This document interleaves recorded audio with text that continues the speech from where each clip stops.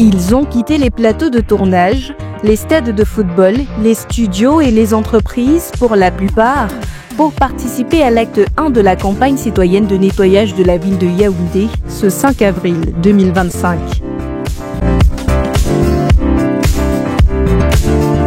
Généralement, on a l'habitude de tout dans ce plat et il est important d'agir, pas parce qu'on fait le travail de l'État, non, pas du tout, mais parce qu'il y a une grosse sensibilisation autour. Parce que si tout le monde arrêtait de jeter les ordures en tout partout, ce serait un peu plus grand. À l'évidence, la salubrité publique est une question d'intérêt général.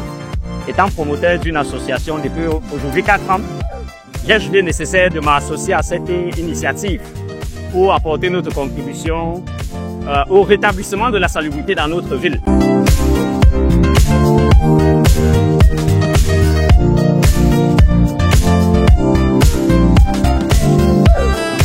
Vous-même, vous pouvez regarder, quand on voit cet tas d'ordures, ça peut nous apporter, ça peut nous causer beaucoup de problèmes de santé et même de bien-être. Les Camerounais ont besoin d'être à l'aise dans leur pays. Quand vous vous baladez dans la ronde de là, vous voyez que c'est comment? C'est grave. La situation est grave, c'est-à-dire que nous vivons dans un état d'insalubrité qui ne dit pas son nom. Nous les mamans, nous devons prendre soin de notre environnement, prendre soin de notre pays, de notre maison, prendre soin de la route où nous marchons, parce que si nous ne le faisions pas, les hommes ne peuvent pas se lever. Les odeurs apportent des maladies infectieuses, des maladies vectorielles, la tisserite, la fièvre jaune et autres.